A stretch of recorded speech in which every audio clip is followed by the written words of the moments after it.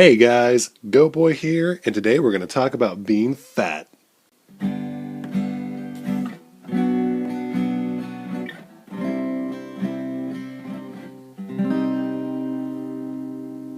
Alright guys, I'm going to start this video off with a confession. I used to be really fat. No, but seriously, in my senior year of high school, I topped out at a whopping 330 pounds. I was a big boy. And after high school, I was really committed to losing weight. So I started working out like crazy. I joined a gym. I went every day, worked really hard, and you know what? Nothing happened. I did not lose any weight. All that happened was I got a little bit stronger and, I had a little bit more wind, which is good. But what a lot of people don't understand is that while exercise aids in weight loss, the main focus of exercise is to increase muscle mass and stamina, whereas your fat content is more determined by your intake of food rather than how much you burn off. And your body is constantly burning off energy, whether you're doing anything or not, because, even just keeping your body at the 98.5 degree temperature that is normal takes a tremendous amount of energy. And controlling the amount and type of food you take in to produce that energy is paramount to weight loss. And you know what? Changing my diet made all of the difference because I started cutting out meat. I became a vegetarian. I cut down on milk and other dairy. I started eating more, green leafy vegetables and fruits and good stuff, taking vitamins, drinking more water than I was soda. And what do you know? The weight started falling off. Like, there were points in which I was losing a pound a day, literally, for like 2 months. And then after that, I was still losing like 3 to 5 pounds a week. It was insane, and I wasn't exercising any more or less. It was literally just changing the food that was going into my body. But now that's easier said than done, because food is like a drug. It's very addictive. Greasy, high-calorie foods are literally like crack cocaine. It activates the same pleasure centers in the brain. And so learning to control oneself takes quite a bit of discipline, and there was a lot of up and down, but I committed to it and I started losing a lot of weight and I was feeling great about myself. And you know what? That great feeling was well deserved. But there are a lot of people out there that want to feel good about themselves, but they don't want to put in that extra work. They might exercise a lot and then they don't lose weight and they say like, oh, well, I guess I'm just supposed to be this way. What can I do? I must have some sort of thyroid condition or whatever fucking other thing causes you to balloon up. And it's almost become taboo to even point out that it takes a lack of self-control to get fat, which is absolutely true. You know why I was so fat? Because I had no self-control.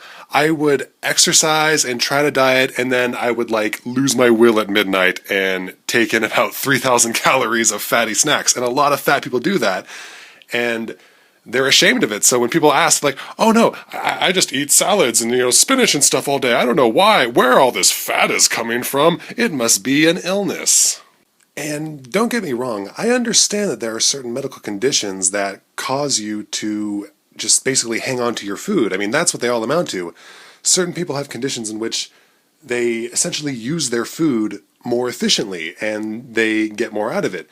But the thing that a lot of people with those conditions don't really seem to understand is that if your body is making more efficient use of food and just holding on to everything, that means you need less food. You need leaner, maybe more vitamin-rich food, and less sugars and fatty oils. It's not really hearty, savory foods that make you fat necessarily. It's more dipping sauces and soda and juice and all that crap.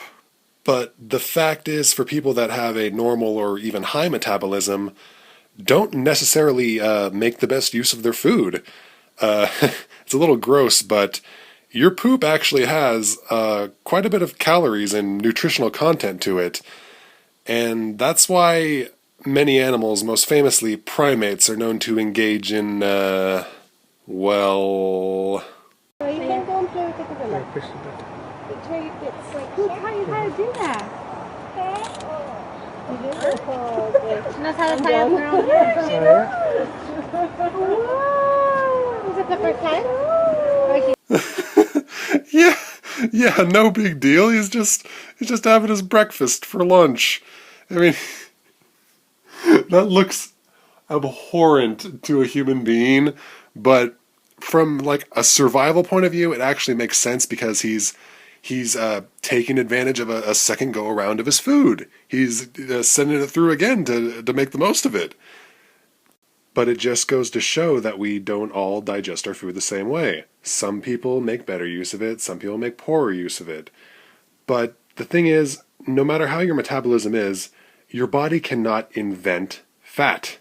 You are inherently responsible for your body. And now, I am completely against fat shaming. You should never make someone feel bad because they make life choices for themselves that affect no one else, really, okay? If someone's a little bigger, that's fine. Go ahead, enjoy your life. But the thing is, people want to act like victims, like they're completely helpless to their situation, and God just put them in this body and they've got to deal with it and, play with the cards they're dealt. But it's not true. If you really want to, you can commit to changing yourself and gain a well-deserved sense of self-confidence because of it.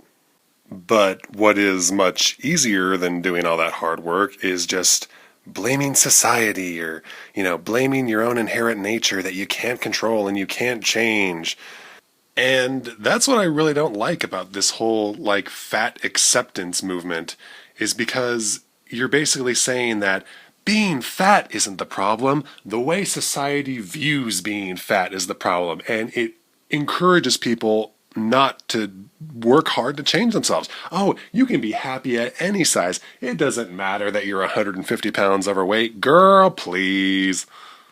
I truly believe that health is the greatest gift that any one being can have. And to say that we can just fuck that off and still feel confident and beautiful about ourselves is honestly destructive. You shouldn't shame people for being fat, but you also shouldn't remove an incentive for them to try and change that either. But it seems like every year people get crazier and crazier, and today I found a video of a woman so deeply in denial that she basically just destroys her bathroom scale because it is oppressing her. Anyway, take a look for yourself. Let's roll the video. Okay, we're only about 5 fucking frames into the video, and I am already a little ticked off at this picture. I mean, look at this picture. This picture says 1,000 words, and 999 of them are cunt. And the first one is A. Oh my god. Look at that face! Just that smug, yes, I have the oppressor here, and I am going to destroy them with the hammer of justice and feminism. The destruction of this scale is dedicated to all of the women whose lives have been ruined and ruled by it. A bathroom scale. Your life is so sad and so pathetic that it is not only ruled, but ruined by a bathroom scale. Please go on. This is for us, ladies. Safety first. Oh, just the ladies, huh? So you don't care about men that feel bad about being fat. You know what? Fuck you and your safety. I hope when you hit that thing, a piece of fucking glass just shoots up through those goggles and straight into your brain. Okay, that was a little mean. I apologize. Maybe just a shard of glass in the arm. That's better. Oops.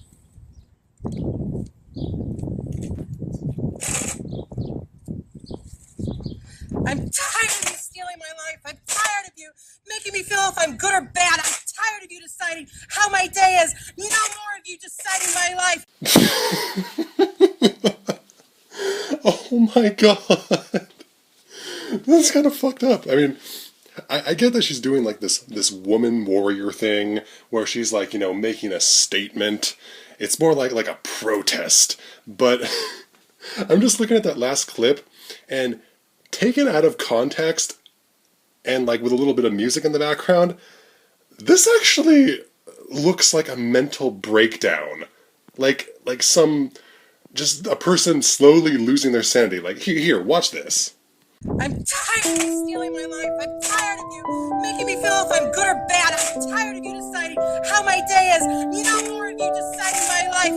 No more of you stealing life from me. This is it. That right there is a broken spirit, a broken heart, a woman who just can't take any more and is just lashing out in the only way that she knows how to. Now here's the same scene with fun music. I'm tired of you stealing my life. I'm tired of you making me feel if I'm good or bad. I'm tired of you deciding how my day is. No more of you deciding my life. No more of you stealing life from me. This is it. I don't know about you guys, but I like the happy version. No more of you stealing life from me. This is it. I take back my life. I'm in control. I decide if I'm good or bad. Not you. I deserve a great life. This is about me. This isn't about you.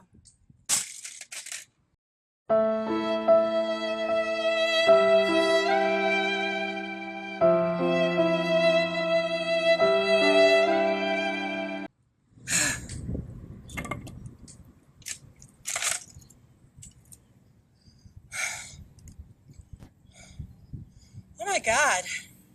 That's like better than sex. Kamahusa, what's it now? Oh my God. That's like better than sex. I don't. That's like better than sex.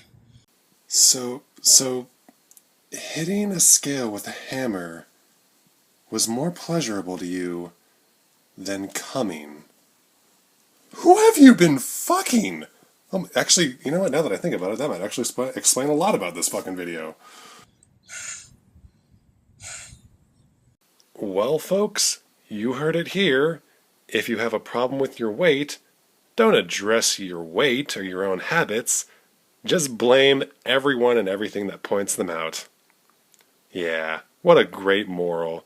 Alright, good night, everybody. Like, comment, and subscribe for more, and as usual, Goatboy loves you.